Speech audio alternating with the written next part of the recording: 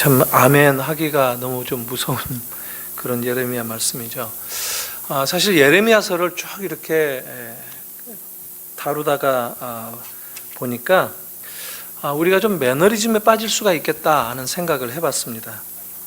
좋은 얘기도 참 많이 듣다 보면 지치게 되는데 나쁜 이런 경고의 심판의 이야기를 계속 듣다가 보면 우리도 모르게 참 성경에 대해서 이 반감도 생기게 되고 너무 우울한 그런 내용이고, 왜 늘 같은 얘기를 계속해서 반복적으로 하는가 하는 이런 생각을 할 때도 있습니다. 재앙의 심판에 내쫓기는 경고, 그리고 그 꾸중, 이런 말씀들이 거듭거듭 계속 펴기만 하면 그런 내용이 나온다 그러면 좀 지루하기도 하고 짜증이 날 수도 있을 것입니다. 예레미야서는 실제로 이스라엘 백성들이 우상 숭배, 우상을 섬기다가 완전히 망한다라는 그런 얘기입니다. 어떻게 망하느냐? 먼 이국 땅, 이역만리 바벨론에 잡혀가서 완전히 나라가 망한다 하는 그 특별히 남유다의 이야기를 반복해서 전하고 있는 내용입니다. 왜 그러는가? 오늘 읽은 이 마지막 부분 11절, 12절 이렇게 보니까 그 이유가 뭐냐 하면, 하나님을 떠나서 다른 신들을 섬긴 대가로 하나님의 심판을 지금 받게 될 것이다 하는 그런 내용이 계속해서 반복적으로 나오고 있습니다. 사실 이스라엘은 다윗이라든가 요시야 왕이라든가 몇몇 그 두세 왕을 제외하고는, 처음 그 왕이 사울이었죠. 사울부터 시작해서 솔로몬이라든가 누구라도 모두가 다 우상숭배에 빠진, 그 중에 어떤 사람들은 우상숭배의 박사들이다라고 할 만한 그런 왕들이 이스라엘의 역사를 이렇게 이끌어 갔었습니다. 그렇게도 간절하게 수없이 반복적인 경고의 메시지를 주었지만 이스라엘은 결국 우상숭배로부터 돌이키지 못하고 나라가 완전히 망할 때까지 계속 우상에 젖어서 살게 되었다 하는 겁니다. 그러니까 사실 그런 매너리즘을 생각할 때 이스라엘이야말로 매너리즘에 빠져서 죄인 줄 모르고 하나님을 떠난 채 살아온 그런 민족은 없을 것이다 라는 겁니다. 왜 우리가 어렸을 적에 자라면서 특히 이 어머니, 우리 한국의 어머니들은 잔소리들이 좀 있잖아요. 이게 좀 어머니들이 듣기에는 좀 기분이 안 좋으실 수가 있는데, 이게 사랑에 자꾸 노파심에서 너 이거 해라, 공부해라, 너 놀지 말고 공부해라, 심부름을 시켜도 이거 했냐, 엄마가 시킨 거 했냐 자꾸 좀 이따가 하려고 하는데 또 물어보고, 또 조금 그래도 좀 미적미적거리다가 또 잠시만 이렇게 있다가 보면 착하다가 엄마한테 걸려가지고 했냐 하고 또 말씀을 하죠. 그럴 때 아니 그만 좀 말씀하시지 말고 엄마한테 그렇게까지 경어를 쓰는 사람들 없죠. 엄마 무슨 잔소리만 자꾸 하고 그래, 알아서 할 텐데 이렇게 얘기하죠. 그럼 뭐라고 얘기하죠? 네가 한 번 말하면 언제 들어봤냐? 이런 얘기 종종 듣지 않습니까? 저만 그런 겁니까? 공감들을 다들 안 하시는데, 이스라엘이 이렇게 한 번 말해서 듣지 않았던, 이 우리하고 비슷한 거예요 사실. 그래서 마음이 편치 않는 이 부담스러운 내용을 계속 거듭해서 반복적으로 성경이 얘기하고 있다라는 그런 말씀을 드리고 싶습니다. 왜 그러느냐면, 이스라엘이 이제 결말에 이르른다 할지라도 핑계하지 말라고 계속해서, 이스라엘이 악해서 그렇다고, 이스라엘의 그런 그 우상의 선택 때문에 이런 결과가 왔노라고 계속 그런 말씀을 반복적으로 하신다 하는 겁니다. 오늘 이 16장도 보면 굉장히 불편한 내용이 지금 나오고 있습니다. 하나님께서 이스라엘에게 요구하시는 게 있는데 나 여호와가 말하노라, 여호와가 임하셔서 하신 말씀이다 라고 예레미야가 전달하면서 보면 2절 같은 거 보면 결혼도 하지 말고 자식도 낳지 말라 이렇게 요구를 하십니다. 가정을 가지지 말라 하는 거예요. 왜? 큰 슬픔을 겪게 될 것인데, 미연에 그런 그 슬픔을 겪어도 슬픔을 이길 수 없는 상황이 올 텐데, 죽게 되고 그래도 장사 지낼 여유도 없고 애곡할 틈도 없이 온 사회가 다 그런 초상을 치르게 되는 그런 상황을 겪게 될 것이다. 그런 죽음과 장례, 이런 재앙이 이르게 될 때 아예 그런 가족들이 없으면 슬픔을 혹시라도 덜하지 않겠는가, 이런 아주 아이러니한 이런 배경이 있는 내용입니다. 사실 우리가 요즘에 매일 성경에서 열왕기를 살펴보고 있죠. 솔로몬이 어떻게 우상 숭배를 시작하게 되었죠? 결혼을 하면서부터 이방 그 여인들, 애굽에서부터 시작해가지고 암몬, 모압, 에돔, 시돈, 헷 족속, 이 여자들을 데려다가, 근데 그런 족속의 여자들과는 이스라엘의 자손들은 통혼하지 말라 이렇게 명령하셨는데도 불구하고 솔로몬이 앞장서서, 왕이 그렇게 모범을 보이니까 이스라엘 온 백성들도 다 따라서 이방인들과 더불어서 결혼하게 되었다라는 거예요. 이방 여인들이 섬기던 그 우상들이 그대로 이스라엘 안에 들어오게 된 이유가 그 때문이었다라는 것이죠. 그래서 오히려 하나님은 심판을 선언하시면서 결혼 자체를 금지하시는 그런 뉘앙스를 우리가 읽을 수도 있다라는 겁니다. 오늘 말씀이 그런 겁니다. 가정 꾸리지 말라고 명합니다. 재앙으로 심판받을 때 가족들조차도 짐이 될 수 있다라고 하는, 장례 치러줄 사람이 하나도 남지 않았으니까 아예 그만두라 하는, 고대 근동지방에서 죽음을 슬퍼하지 않고 이 장례를 치러주지 않는다는 거, 시신을 그냥 짐승의 밥이 되도록 내버려 두는 것, 이것은 정말 아주 무섭고 두려운 일이었습니다. 이것은 아주 극심한 심판의 그 내용을 뜻하는 것이었습니다.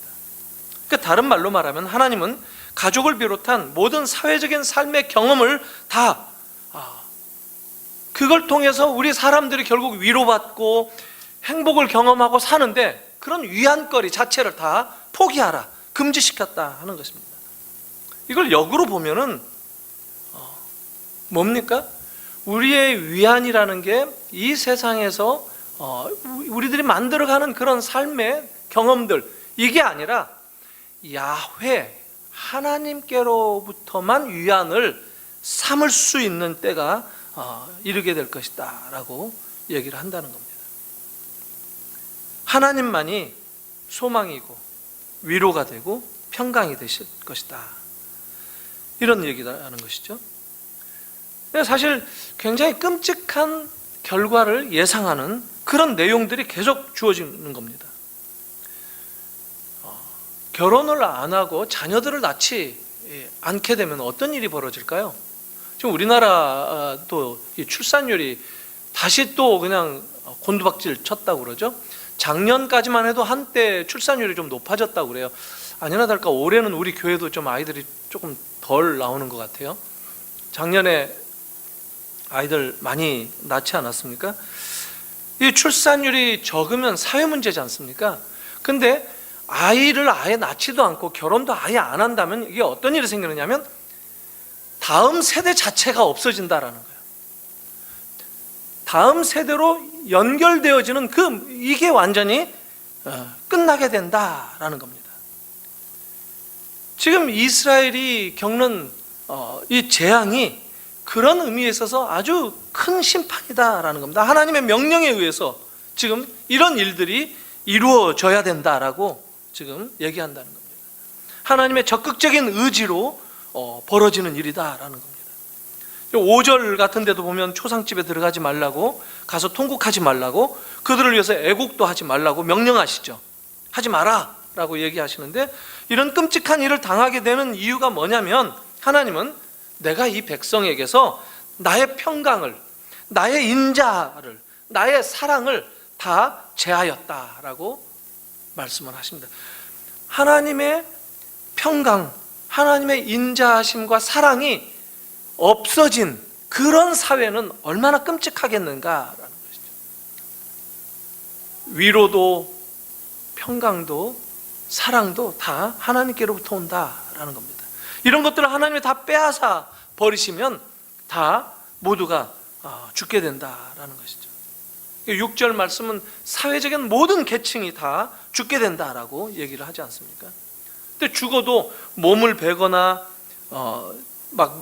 이게 몸을 찢고 이런 그 표현들이 나오지 않습니까? 머리털을 미는 자, 이런 행태는 사실은 유대인들은 하지 않았었습니다. 이게 이방인들의 슬픔을 나타내는 모습을 유대인들도 이방인들하고 이렇게 섞어서 살다 보니까 배워졌다는 거예요. 왜 나중에 바벨론에서 돌아올 때 에스라, 느헤미야는 굉장히 엄격한 이 혼인 규정을 세우게 됩니다. 그들은 율법으로 다시 돌아가서 율법을 회복한다 해가지고 어떤 혼인 규정을 세우느냐면, 이방인들과 결혼한 그 이방인 아내, 그 사이에서 낳은 자녀들을 다 쫓아내라 해서 이스라엘 땅에서 다 쫓아냅니다. 이게 에스라, 느헤미야가 했던 일입니다. 왜냐하면 이스라엘의 정결, 이것을 다시 혈통의 순수성을 회복하기 위해서. 그래서 오늘날도 여자가 이방인이다 그러면은 정통 그 낳은 아이는 이스라엘 백성이 될 수 없어요. 이스라엘의 이 시민권을 어떻게 주느냐면, 오늘날도 엄마가 유대인이면 이스라엘 시민권을 주는 겁니다. 이게 바로 이런 전통에서 왔던 거예요. 사실 솔로몬 시대 때부터 시작해서 이 이방인들과 통혼하면서 우상숭배가 그들 이스라엘 전체 역사 가운데서 없어지지 않는 가장 큰 심각한 문제였지 않습니까? 그것 때문에 생긴 전통이 바로 그런 내용입니다. 엘리야하고 겨뤘던 그 바알 숭배자들이 막 살을 이렇게 찢고 머리를 막 밀고 하는 행동을 취하죠. 이게 이교도들이 슬픔을 나타내는 전형적인 모습입니다. 근데 이것을 유대인들이 행하게 된다니 이제 그런 것도 못할 것이다 라고 성경은 지금 금하고 있죠. 이게 유대인들이 우상숭배에 빠져있는 모습을 지금 보여주고 있다라는 겁니다. 이방인들이 장례 때 취하는 그런 예식을 아주 익숙하게 유대인들도 행하게 된다라는 것이죠. 그래서 하나님은 이방인이든지 유대인이든지 이제 다 쓸어버리겠다, 이런 선언을 하시는 겁니다. 하나님의 징계 얼마나 무섭습니까? 아주 끔찍한 재앙이죠. 이런 재앙을 당하는 이유를 10절에 물으면 11절에 이렇게 답하라, 이렇게 얘기하고 있죠. 네가 이 모든 말로 백성에게 말할 때 그들이 네게 묻기를 여호와께서 우리에게 이 모든 큰 재앙을 선포하시면 어찌 됨이냐? 우리의 죄악이 도대체 뭐냐? 우리가 무슨 잘못을 했길래, 우리가 무슨 죄를 졌길래 도대체 하나님은 이런 큰 재앙을 우리에게 내리시는 것이냐라고 묻거든 너는 그들에게 대답하기를, 11절입니다. 여호와께서 말씀하시되 너희 조상들이 나를 버리고 다른 신들을 따라서 그들을 섬기며 그들에게 절하고 나를 버려 내 율법을 지키지 아니하였음이라. 우상숭배 때문이다라는 겁니다. 하나님을 떠났기 때문에, 너희가 악한 마음을 가지고 하나님의 명령을 따르지 않았기 때문에, 말씀을 순종하지 않았기 때문에, 신명기적인 그런 율법적 이 도식이라고 말씀을 드렸죠. 그런 이유로 은혜와 긍휼과 사랑을 다 거두어 버리셨다라는 겁니다. 사실 하나님께서 우리의 삶 가운데, 한번 우리들도 생각을 해보십시다. 내 삶 가운데 하나님의 은혜를 거두어 버리신다면 나는 지옥 경험을 하게 될 것이다. 그렇지 않겠습니까? 하나님이 우리의 삶 가운데 은혜를 채워주시고 은혜를 보여주시고 은혜를 부어주시기 때문에 우리가 삶을 살아나갈 수 있고 소망을 붙들 수 있고 그래도 살기에 넉넉하다라는 것을 느낄 수 있다는 겁니다. 그런데 한 가지 우리가 읽지 않았지만 이제 그런데 14절부터 또 그 톤이 바뀝니다. 14절에 보면 애굽 땅에서 인도하여 내신 여호와께서 살아계심을 두고 맹세하지 아니하고, 과거에는 지금 이스라엘의 역사를 보면요, 바벨론 포로로 잡혀가기 전까지 하나님을 어떻게 소개하죠? 애굽 땅에서 구원해 내신 여호와 하나님이, 우리를 애굽에 종살이하던 그 노예살이하던 그 죄 가운데 생활하던 그 가운데에서 우리를 출애굽하신 그 하나님, 그 하나님이 약속하신 언약에 근거하여서 우리를 지금 우리에게 말씀하신다, 늘 이렇게 얘기했거든요. 근데 지금 뭐라고 얘기하느냐면 14절 이후에 15절 보니까 이스라엘 자손을 북방 땅과 그 쫓겨났던 모든 나라에서 인도하여 내신 여호와께서 살아계심을 두고 맹세하리라. 무슨 얘기냐면 이제 애굽에서 구원해 내신 여호와 하나님이 우리에게 그 구원을, 그 언약을 지키는 그 구원을 근거로 맹세해서 우리에게 말씀하시겠다가 아니라 이제는 바벨론에서 우리를 회복시킨 그 하나님이 우리에게 말씀하신다, 이런 말로 바뀐다는 거예요. 어느 게 더 센가? 우리는 사실 아직도 애굽에서 구원해냈고 한 이 출애굽을 우리의 구원과 동일시할 때가 많이 있죠. 근데 놀랍게도 성경은요, 이 예레미야가 대표적인데 에스라, 느헤미야도 마찬가지예요. 그 포로기 이후에 모든 시각이 다 바뀝니다. 포로 경험 이후에 귀환한 그 경험, 이것이 이스라엘의 참된 구원이다라는 거예요. 출애굽은 서막에 지나지 않았던 거예요. 그것은 맛보기 구원에 지나지 않았다는 것이에요. 그런데 포로 이후에 이스라엘 땅으로 다시 내가 구원해 낼 것이다 라고 하나님은 약속을 하고 계신다는 거예요. 지금까지 계속해서 하나님이 징계, 심판, 하나님께서 재앙을 선포하신다라는 얘기를 계속 들었어요. 그런데 동시에 그 징계 후에 반드시 회복을 약속하신다라는 것도 우리가 봐야 된다는 거예요. 하나님은 이제 앞으로 애굽에서 구원해낸 나 여호와가 너희에게 이렇게 하겠다, 이런 말씀을 안 하신다는 거예요. 그 대신 북방 땅으로부터, 바벨론으로부터 내가 애굽으로, 그러니까 이스라엘 가나안 땅으로 다시 구원해낸 나 여호와가 너희에게 이렇게 약속하겠다, 이렇게 지금 하나님께서 아예 주제를 바꾸어서, 타이틀을 바꾸어서 말씀을 하시겠다라는 거예요. 바벨론에서 해방시켜 주신 그 사건에 근거한 맹세가 더 크다라는 것이죠. 이제는 출애굽은 잊어라 하는 거예요.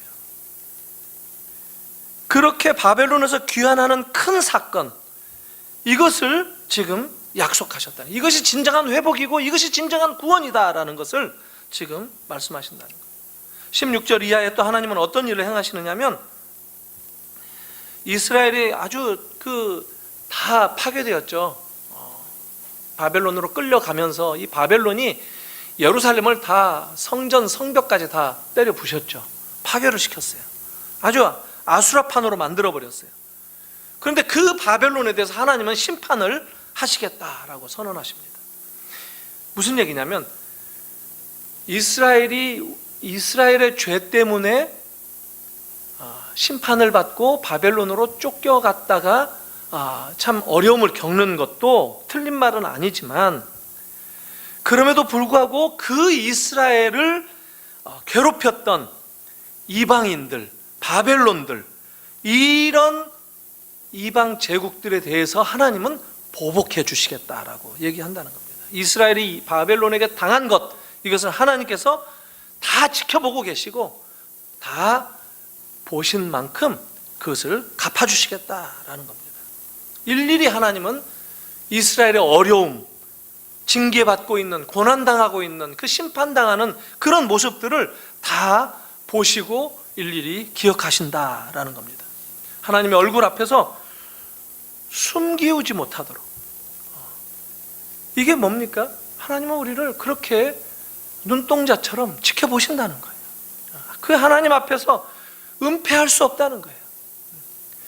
세상에 무슨 힘이 있는 그 바벨론이든 뭐든 간에 그 하나님으로부터 피할 수 있는 길이 없다라는 거예요. 그래서 그들의 악도 하나님이 배나 갚으시겠다라고 얘기합니다. 오늘 이 말씀 18절에 보면요, 내가 우선 그들의 악과 죄를 배나 갚을 것은 그들이 그 미운 물건의 시체로 내 땅을 더럽히며 그들의 가증한 것으로 내 기업을 가득하게 하였다. 이게 무슨 얘기죠? 아브라함에게 주신 약속이 기억나는 그런 구절 아닙니까? 너에게 너를 축복하는 자를 내가 축복하겠고 너를 저주하는 자에게는 내가 저주하겠다. 이게 아브라함에게 주신 약속 아닙니까? 하나님은 이스라엘을 그렇게 지켜주신다. 너희에게 악을 행하였고 또 그랬던 것에 대해 그런 사람들에 대해서는 내가 배로 갚겠다라는 겁니다. 이스라엘을 가장 괴롭혔던 것은 사실상 이스라엘의 죄죠. 죄로 인한 그 가책, 죄책감. 사실 이 죄책감이라는 이 심리가 상당히 아주 그 사람들을 더 괴롭게 만들고 그렇죠. 사단은 그런 것을 이용해서 또 정죄를 하기도 하고, 그게 계속 우리 그 괴롭게 만들고 붙잡으려고 하는 그런 내용이기도 합니다. 그래서 그런 죄책감에 빠지게 되면 사도 바울도 로마서 7장에서 그렇게 얘기했죠. 오호라 나는 곤고한 자로다. 이게 참 처절한 그런 상황 가운데 처하게 된다는 거예요.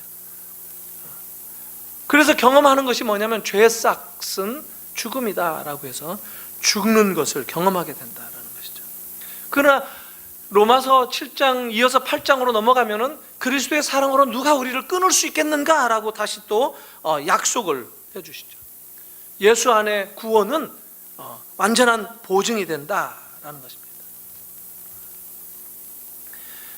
이런 구원을 경험하게 되면 바로 이렇게 하나님이 이스라엘을 다시 구원시켜 주신다면 19절 20절 이 이하에 나오는 대로 오늘 읽지는 않았지만 19절부터 21절 마지막 절까지 나오는 대로 이게 뭡니까? 예레미야의 기도 이렇게 쓰여져 있지만 사실 이게 시입니다. 시편하고 비슷하죠. 여호와 나의 힘 나의 요새 환난 날에 피난처시여 민족들이 땅끝에서 주께 이르러 말하기를 우리 조상들의 계승하는 바는 허망하고 거짓되고 무익한 것뿐이다 라는 겁니다.